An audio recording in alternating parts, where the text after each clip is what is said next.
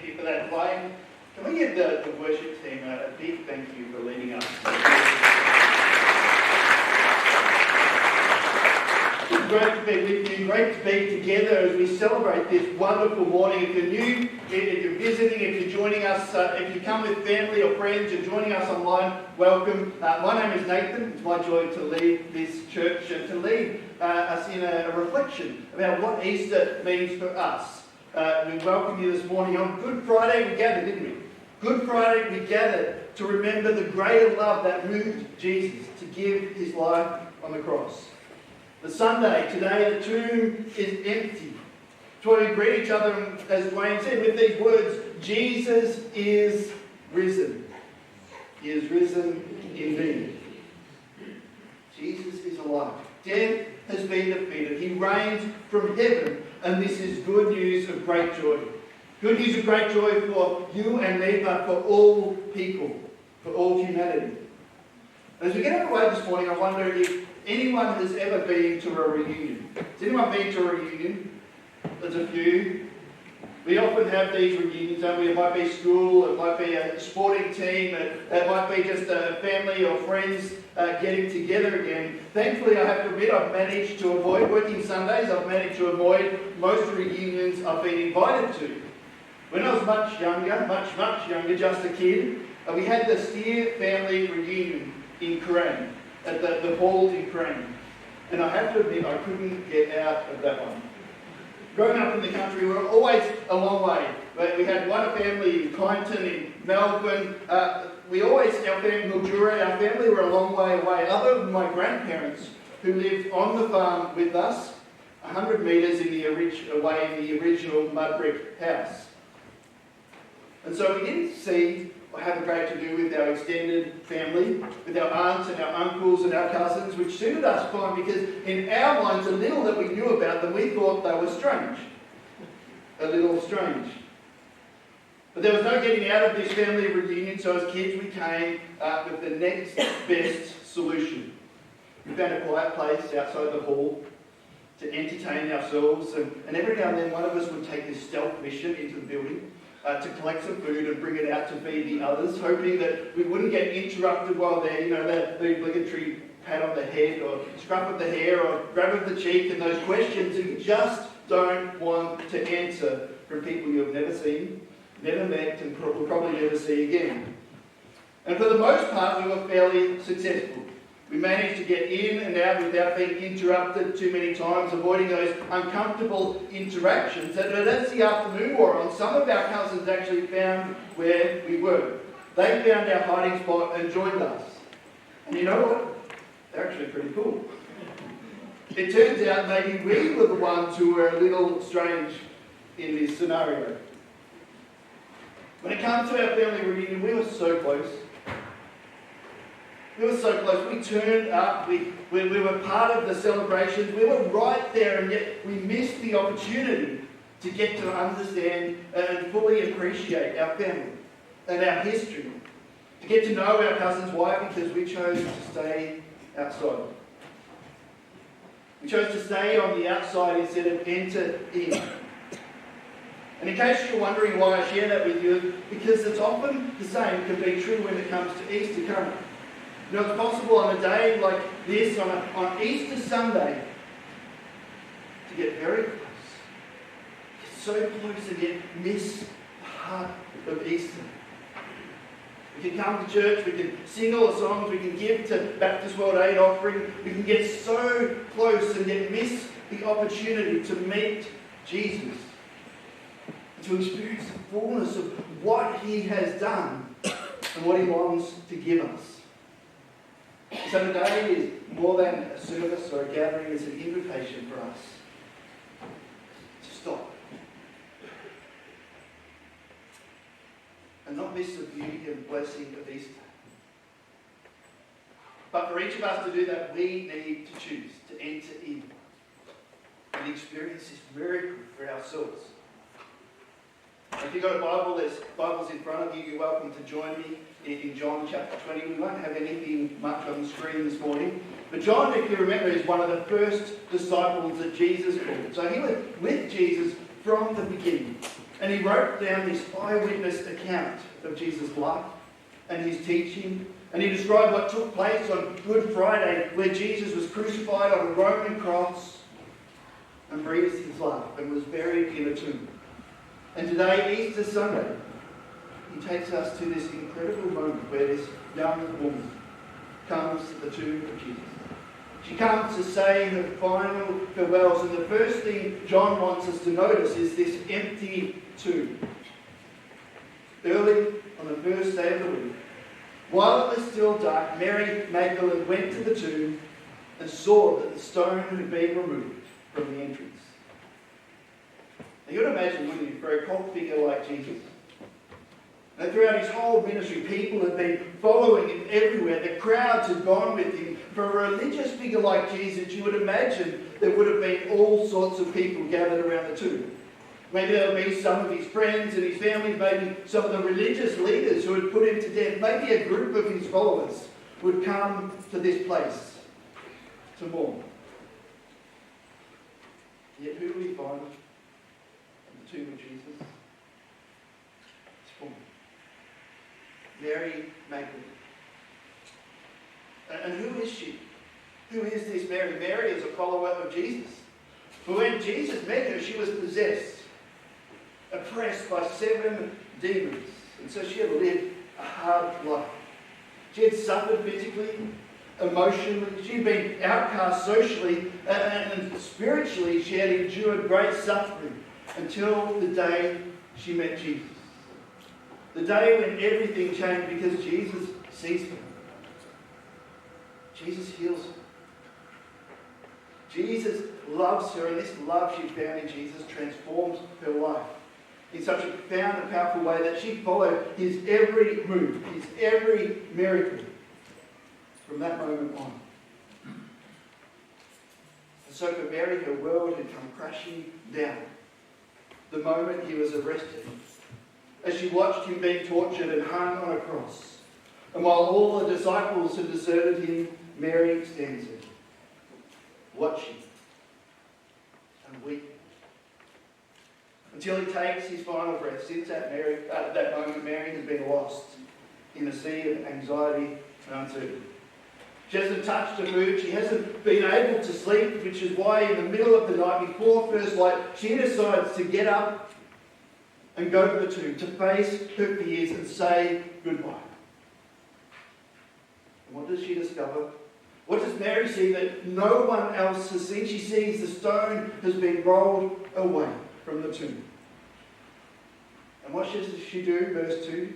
So she came running to Simon Peter and the other disciple, the one Jesus loved, and said, "They have taken the Lord out of the tomb, and we don't know where they have put him." It's interesting, isn't it?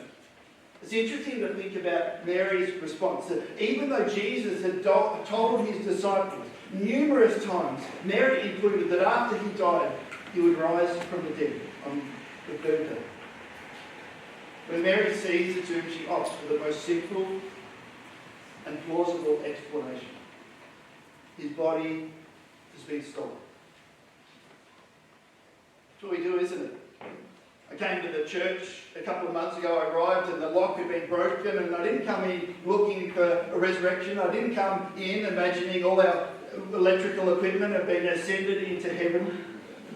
I called the police. I reported the crime. And so that's what Mary does. That's what Mary does. When she sees the empty tomb, she assumes the body has been stolen. She goes back to report this to the disciples. And like all of us who see an accident on the road, they have to see for themselves. They jump up and they run to the tomb, and what I love here is how John, without naming himself, slips a mention about he, the other disciple, had outrun Peter. He had outrun Peter and reached the tomb first, until it says, finally. So this is a while. Peter arrives. Apparently Peter has been comfort eating since Good Friday. Put on a few extra kilos, suffering the stress in his body and unable to keep up with John. But you have to ask yourself, don't you, why did John feel the need to include this detail? Such an unnecessary detail in such an epic story. maybe it was a little repetitive. And Jesus has been calling Peter the rock. Maybe that's what started this argument, who would get the best place when they arrived in Jesus' kingdom, the place of honour beside Jesus. For whatever reason, John thought it was only appropriate to include this detail in his eyewitness account. Maybe so he could have bragging rights. Every time it was read at Easter, he would savour this moment. Celebrate his victory. So John arrived at the tomb first. He stops at the entrance, stoops over to look in until Peter did what Peter does best. He acts on impulse and runs straight past John into the tomb, disturbing the crime scene before John sees fit to join him. And so here we have these two men standing in the middle of an empty tomb. And as they look around, what do they see? They see the linen grave clothes, folded neatly. Jesus' body once laid. And how do they respond? Verse 8, he says they believe. It says even though they still didn't fully understand the Bible and why Jesus needed to be raised from the dead, they believed. I don't know about you, but I love the honesty of this moment. It doesn't say they believed and understood everything. It was just as you'd expect, like most of us ourselves have experienced, like most of us struggle. It says they still had questions. They were still looking for answers. And yet they believed. You know, when it comes to Jesus, particularly his resurrection, this isn't your normal sequence of events, isn't it? When someone dies, they stay dead. And so no matter how good the evidence, as much as we have all these eyewitness accounts, it can be so hard to get our head around. And I want to say this morning, it is okay to ask questions. It is okay to wrestle with doubts. It doesn't disqualify us from believing. In fact, without these questions and doubts, the very thing that is required of us is unnecessary. Faith is unnecessary unless we have questions and doubts that we wrestle with. And so if you find yourself wrestling with questions and doubts about the resurrection, you are not alone. In fact, that's where we find these first disciples.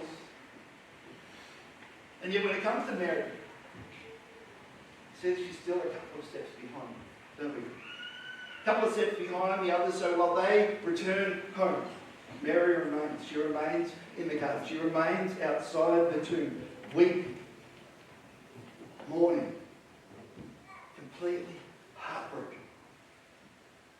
Finally, she plucks up enough courage to look in, to lean in, and what does she see? Not a pile of linen like the other disciples, but two angels in bright white, sitting on the bench, one where Jesus, where his head had been, and one where his feet. What do they do? Verse 13, they asked her, "Woman, why are you crying?"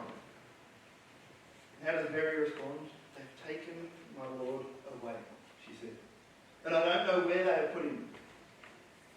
Well, the others believed. Mary is struggling to come to terms with what has happened. She is still trying to find out who has taken Jesus' body and where have they placed him. In fact, she is so determined to find out what has happened. She doesn't even give the angels time to respond.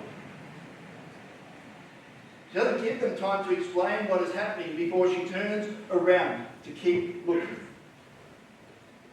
And as she turns around, what happens? She comes face to face with Jesus.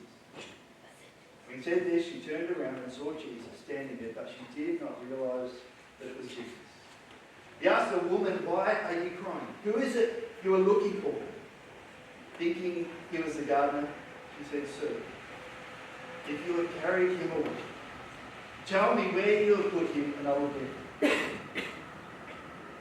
He's lost, confused, heartbroken, struggling to come to terms with this situation.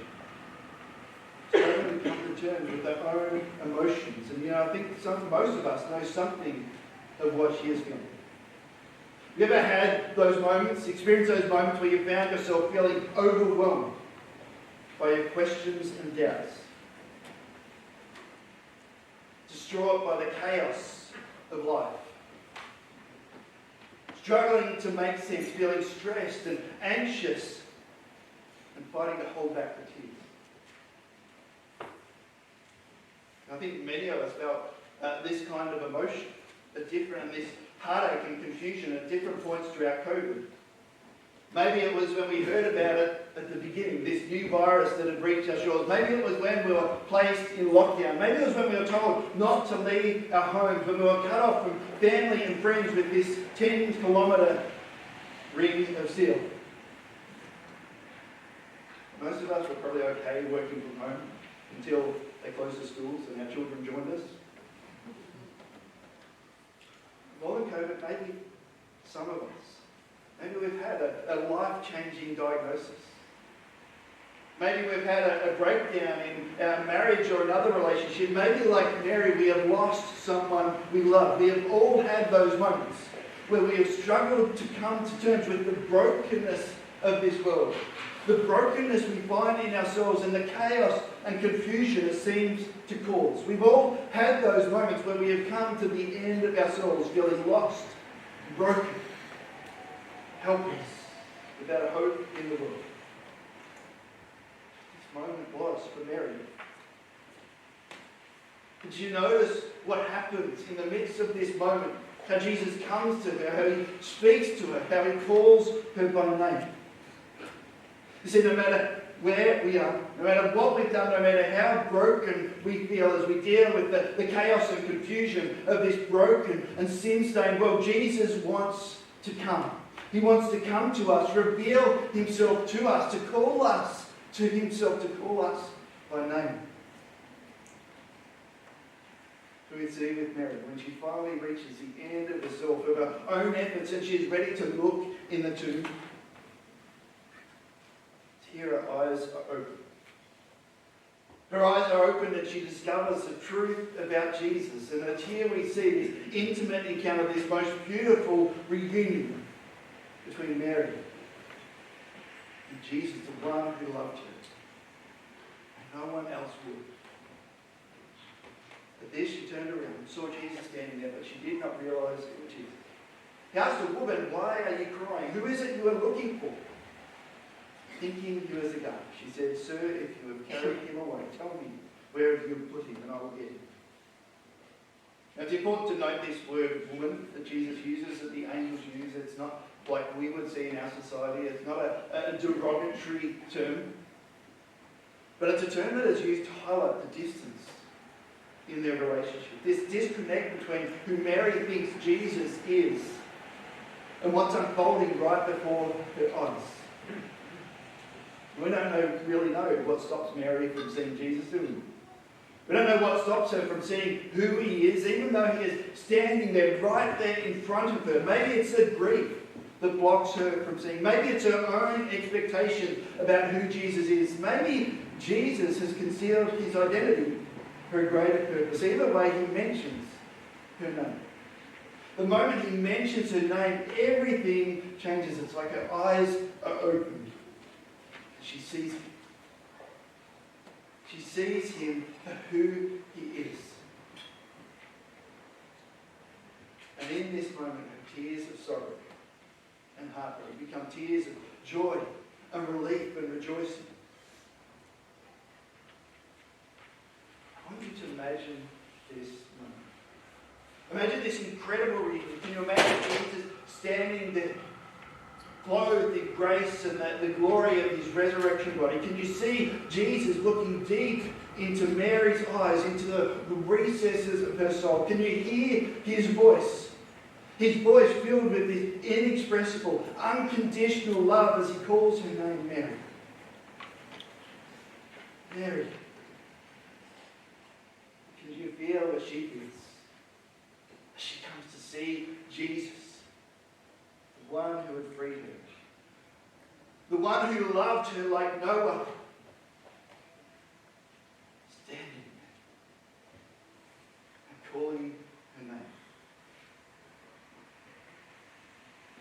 imagine that moment as she throws her arms around him, is holding on to him, hugging him, and never wants to let him go. That's why Jesus says, don't cling to me. Now, I have to admit, I've generally read this as Jesus saying, well, don't touch me, keep your distance. You can't touch my resurrection body. But what makes more sense is that she is holding him so tightly. She never wants to let him go, and so he's saying, don't get too attached. I've got somewhere I need to go. I've got something I need you to do. Don't cling to me. See, Jesus was raised from the dead physically and spiritually, eternally and victoriously, and this changes everything. This changes everything for Mary, and it changes everything for you and me.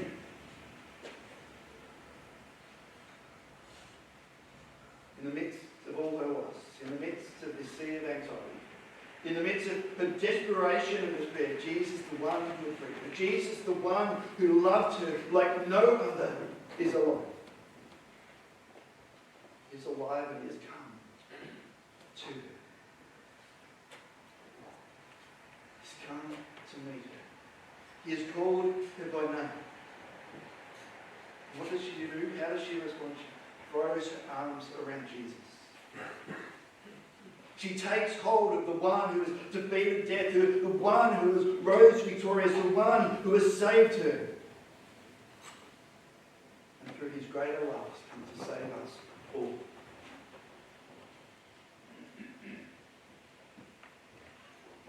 And if this is true, the resurrection of Jesus is true, which I'm convinced it is, the great hope of Easter.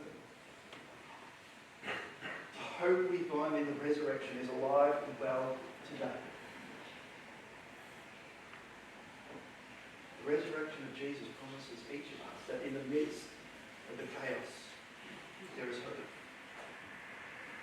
In the midst of this present darkness and difficulty, there is light. In the midst of our brokenness and the challenges we face in this life, there is a greater love that is found in Jesus. Jesus who comes to us. Jesus who calls us by name. Jesus who wants to set us free. Save us from our brokenness.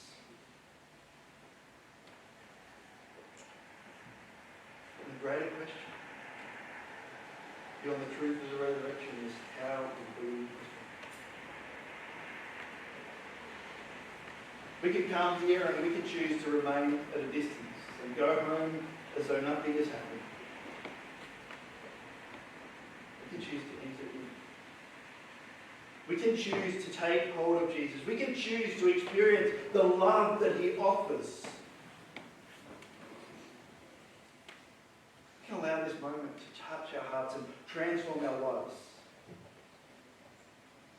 Like Mary, we can take this good news, the great joy that is for all people, and we can share it with those around us.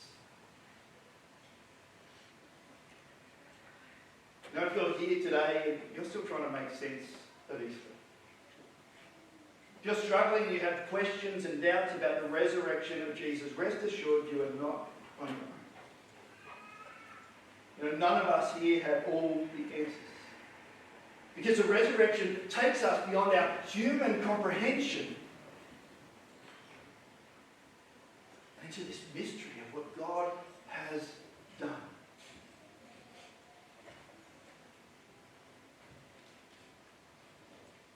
That's why the Bible calls us to respond with faith, isn't it? Because we can't have all the answers. Talking about the kind of faith that takes, Romans 10:9 says, the truth of Jesus is in our hearts and it is on our lips.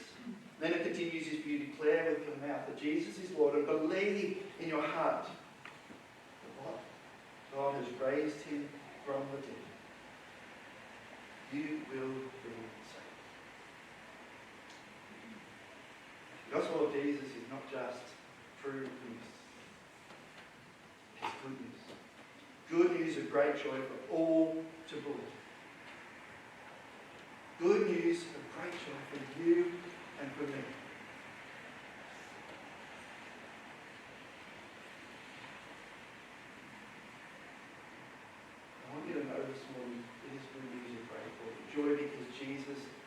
knows you. Just like Mary, he knows you. He sees you. He loves you with a greater love.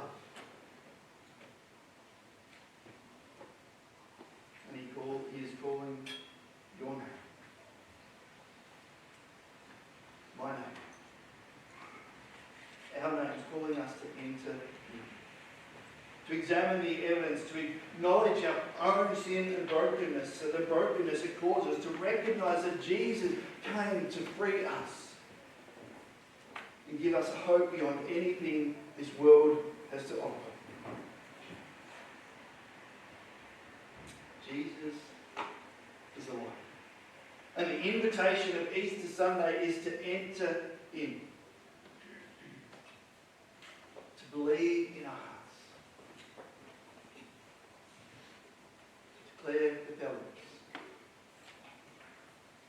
To embrace Jesus this Easter and experience this greater love. To allow it to take hold of us, to change us, to move us, to heal us, so we can declare it to those around us. He is risen. He is risen again. Pray with me before we continue. Heavenly Father, we thank you for this incredible gift. We thank you for the gift of Jesus, your Son, who loved us so deeply that he would do anything to save us. That he would come into a fallen, broken world. That he would take on a human body, that he would live and die in our place.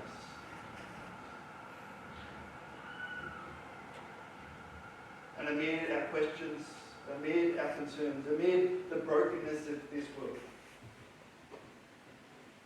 we ask that you would show us the truth of what this means. What this can mean for us. What this can mean for the brokenness we see in our world. But we ask this Easter that we would not leave unchanged. But like Mary, seek out the evidence. We would encounter Jesus. We would take hold of the greater love